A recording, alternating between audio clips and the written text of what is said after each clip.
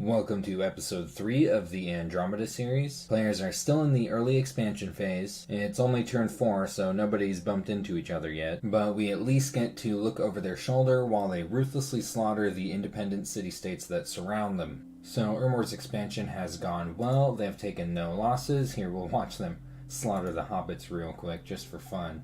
Yeah, this isn't how Bilbo Baggins' adventure started, that's for sure. And both of the independent provinces that they took have unusual recruitment. Unfortunately, with the Ictiids, they didn't get a hold of any Ictiid shamans, though I'm not sure it would have been worth building a lab and a temple here just to pick one of those up when they can, in fact, random water on one of these, though it would take a minute. The Hobergs, however, this is actually a pretty good mage. Now, as a researcher, it's not that great for this nation because you have to consider that its upkeep and gold cost are not very different from the augurs, which are much better mages, and you'll see their upkeep isn't that much higher, and their research is a good deal better too. This is a much better mage to have sitting in your lab researching. However, what this is guaranteed N1, which is a little bit tricky to get for this nation. You gotta get on a 20% random on your out of fort mages, and these also have this 20% bonus, which is also nice because these are also paths that are a little bit tricky to get a hold of as EA Urmor. And this isn't the worst spot for a fort. It's got above average recruitment and above 5,000 population. You know, it's not the most magnificent place to build a fort, but it's not bad. You know, like this province, for example, is doing a little better and has an arena on it. But having these here would make me a little bit more tempted to build a fort and lab here, just to get some nature site searching going. So here goes Octavianus. He's on a mission. I'm not sure what that mission is yet. It'll be interesting to see. Oh, okay. Doesn't want to deal with the elephants, you know, because you are likely to take some losses against them. Just have an assassin take care of it. Maybe that's the idea behind Octavianus. And Silesius is bringing some units up into Camia. Oh, hell yeah. Who needs a bless? Just bring those equites. And, you know, there's not that many units here. Completely doable. Something I will say, though, is that this script is pretty brave against cavalry specifically. It's very ballsy. And the main thing here is the attack rear command. I think this is a little bit risky. I personally would take my commander, maybe pull him to the corner, and actually pull these back and have them on attack closest. And that's just because cavalry, they might potentially, instead of targeting your cavalry, they might go for your commander. And if these are on attack rear, they're not going to intercept that. So we'll see how it plays out. It might be fine. And I mean, expanding into 3 provinces at turn 4, that's really good. And we have the Sarumadia battle against the Jade Maidens that we were discussing last turn. And there's a pretty hefty amount of Amazons. These things have a decent defense and morale, which makes them a little bit obnoxious to take out as independents. And you'll see, yeah, they've done quite a bit of damage. Going down. See, there's a lot less horses than there are, and I mean, those archers, though, they're a little more disposable. There aren't any of them left. So yeah, he did take the province, which is good, but this is a good example of why you should take Jade Maidens seriously. Now, I think with about twice as many Oiropadas, and you probably wouldn't even need the rest of this stuff, maybe a little bit of temporary distraction with some chaff, I think this province could have been wiped with minimal losses. We still have a decent expansion party here going with a Prophet and 3 Lancers and 5 Oiropadas. I can definitely take on some indies. And it looks like he's going to be reinforcing it anyway with about 4 more Oiropadas. And this was that ping on the Pegasus Riders province. And this is something to keep in mind with Pegasus. I think this would have been a much better target. This would have been a lot easier to take care of. See how these things are just running up? That's because they're trying to get into bow range and just use their bows. So even though they look really intimidating and like they're going to fly at you and mess up your commander or something, they're not. They're just going to shoot bows at you. Now that doesn't mean that Pegasus Rider provinces are pushovers. I mean, they can do a bit of damage, but definitely easier in general than Jade Maiden provinces. And honestly, in my opinion, most of the time they're more valuable too. The Crystal Sorceress is a really good recruitable mage. And these are also really good recruitable sacreds when you get a hold of them. And unlike when these are independents in a player's hands, these will get blessed and hit someone's backline. So you should definitely respect these when you see a player using them. It's just they're not quite as intimidating when they are an independent province. And they also got an unrest event. You know, some monsters are taking some people's kids. That's no good. And there's a lava lake in this province, and I guess something to do with that volcano. It doesn't seem like the friendliest place to raise a family. Open pits of lava and monsters and stuff. Ugh. And man, Erectus has been busy just pinging everything. Now he's going to check out how much cavalry is here. I'll refrain from making the joke I was about to make. And now we have Caleb's first battles, though. Check out this capital event real quick. Oof. Freaking turn 4 unrest and misfortune event. That sucks. And cursed. Who got cursed? Let's see. It wasn't a commander, it looks like. Just a couple random units. Oh, and we can check his bless now. So, ooh, heavy magic resistance, and yeah, the undead leadership. And then, of course, the spirit sight. So, that's nice. I'm gonna take a wild guess here at 5 astral, 4 death, and 2 fire. That guess isn't really so wild, but that's what's involved in getting a hold of Kalem's summons. So, here's him expanding with that big army into this little group of independents. She can predict how this is going to go. These are on attack rear, and boom. Didn't quite make it to rear. Sometimes they land right on the commanders, and that's nice. But it's still good enough to cause a rout with extremely minimal losses. You definitely should expect to lose a few of these when expanding this way with Kalem. And speaking of which, here is that cave expansion I was talking about. Fortunately, this isn't a large amount of Bakemono shows, but see how they're in 6 in a square? That's actually a pretty good attack density right there. So these things are a little bit spooky, and also keep in mind, you know, these have dark vision. I mean, their stats are kind of low.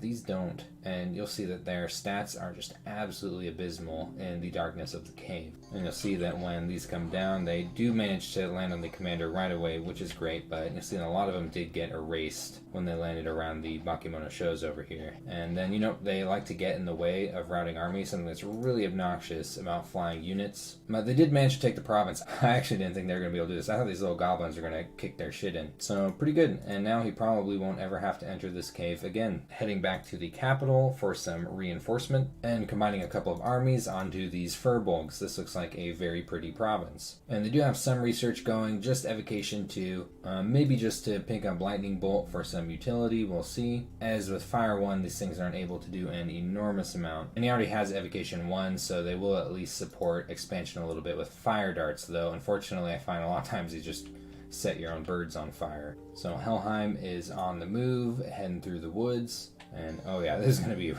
really easy for these sacreds. Don't even need these here for this kind of thing. Or in general with these hell herdings, he's just got such a good bless on these. This is pretty good, lots of defense skill, and they already have pretty ridiculous defense at base. And it looks like that bless is going to be tested against some barbarians. He's moving some in. And it looks like he's moving up into this swamp to cut off whoever's up here from expanding downward. I think that's a really good move. And also keeps him tucked up against this throne, which, as I've said, I think is the most important throne in the game. And maybe he's noticed that too. Also, I didn't mention, this is a ridiculously good province that he has here. That is so much gold. He's probably really happy about that. A lot of recruitment too.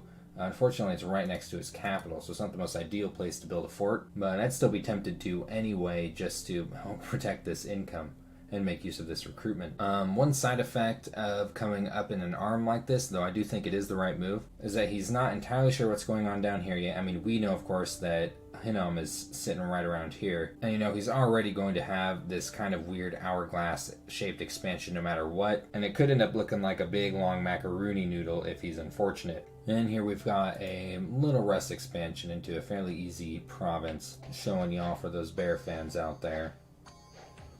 Nope, yep, we even got to see a bear. It was worth it in the end, see?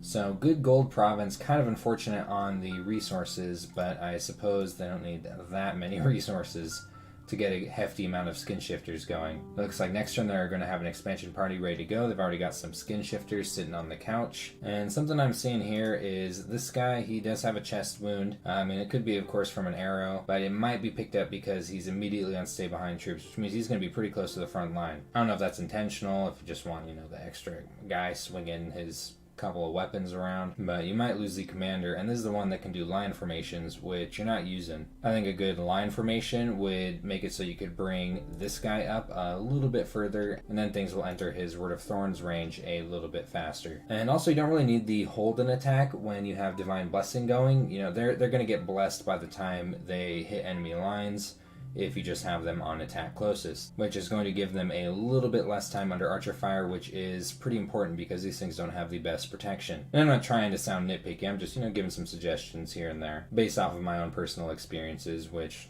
you know, technically could be mistaken. Oof, that is a dog shit province. I mean, swamps can be nice, at least as far as some magic sites go, but oof. So here's Hinnom attacking into that farm province. I actually didn't see that there were elephants here in the last turn. I think maybe that's why he brought in some reinforcements. And it looks like that was a good decision.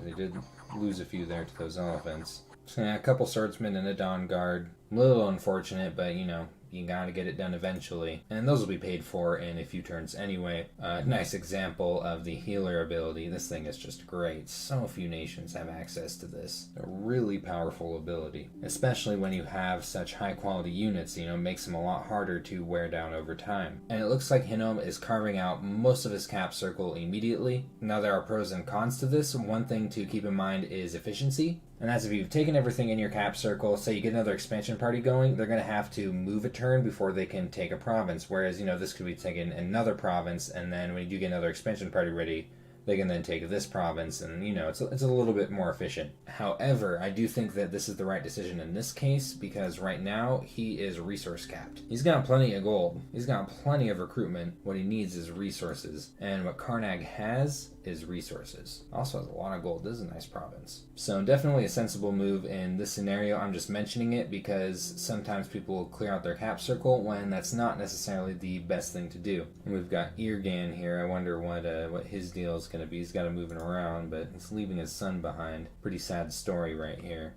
Alright, now we're taking a dip into the pond. Russ has responded to Atlantis' offer of a non-aggression pact and has accepted. But, kind of strange. I think early on that this is going to be a very one-sided nap in favor of Atlantis, and then later on it's going to be very on the side of Russ. But we'll see how that goes. More than likely, they're probably just not going to interact with each other very much. And same goes with Rilia. They're just maintaining this super long handshake. And a couple of successful expansions with some losses. We will watch the bigger fight where they're fighting, just a bunch of regular Tritons. Nothing too scary. Though they do have some poison damage on their little daggers. Yep, got one of them. Ooh, I want to expand into that so badly. Though, actually those Ictiids are kind of tough. I don't have extensive experience with Atlantis, and the experience I do have, I mostly use the Warriors of the Deep, so I'm not entirely certain how to gauge the power on these, whether they'd be able to handle that or not. But he's not going to expand that direction anyway, because he's agreed on a border along right here with Rilia, leaving himself a whopping 10 provinces in this side of the pond. Looks like he's continuing with massing Deep One Spearmen, and is heading into some Shark Tribe with some Shark Knights. I guess this is actually going to be a good way for me to kind of help gauge how powerful these are for me personally. Let's see how he does against these. Because Shark Tribe Tritons, they go berserk. They're pretty icky. And he does have some research queued up by now, but he doesn't have any researchers going. And he's going down for Alteration 3, I guess maybe for Numbness. Possibly Iron Skin. Maybe he's thinking about thugging some of his Basalt Kings. No, a little bit early for that. I guess he is putting some trust into Aurelia, because I would be thinking going right into Conjuration and coming over there with some water elementals. And now with Rilia, he's got a little bit of a nice message from Russ. And, you ever see someone, they give you a handshake, and then they put their other hand over on top of your hand after you're shaking their hand, and they give you, kind of like a double handshake. That's what this message makes me think of right here. These guys really want to be friends. Love the Dune. You see that? Love. Who knows? Maybe he's just softening this guy up. Maybe Atlantis is just softening this guy up. Or, maybe the other way around. Maybe they got daggers behind their backs. We've got a little expansion battle going here. And see, I love this little ragtag group of units right here. Just looks so neat. That was pretty easy for them. There weren't that many independents here. Lost a couple of Shambler Thralls, which is a bummer because those are the nice units out of these. But a good province though, because you got some access to these Triton Knights, and these things are pretty sweet. They've got a really hard-hitting lance strike. Then they've got a spear that does some poison damage, and then a magic attack. So 2 attacks after that lance strike. So a really good option for Rilia to pick up in case of future underwater skirmishes, because Rilia doesn't have very good units of this nature. The closest thing they've got to that is maybe a Slave Guardian. This thing is nothing like Triton Knight. Look at that morale. Ugh. Look at that morale. And damn, they're moving everything they have into these Shark Tribe right here. Going all in. I like it. And as I mentioned before, Shark Tribe, these things go berserk, so they could do a pretty significant amount of damage to his expansion army. Man, this right here would freak the shit out of me if I was Rilia. But these guys have decided to be nice to each other. So that's been turn 4 of Andromeda, and I will see you in the next episode.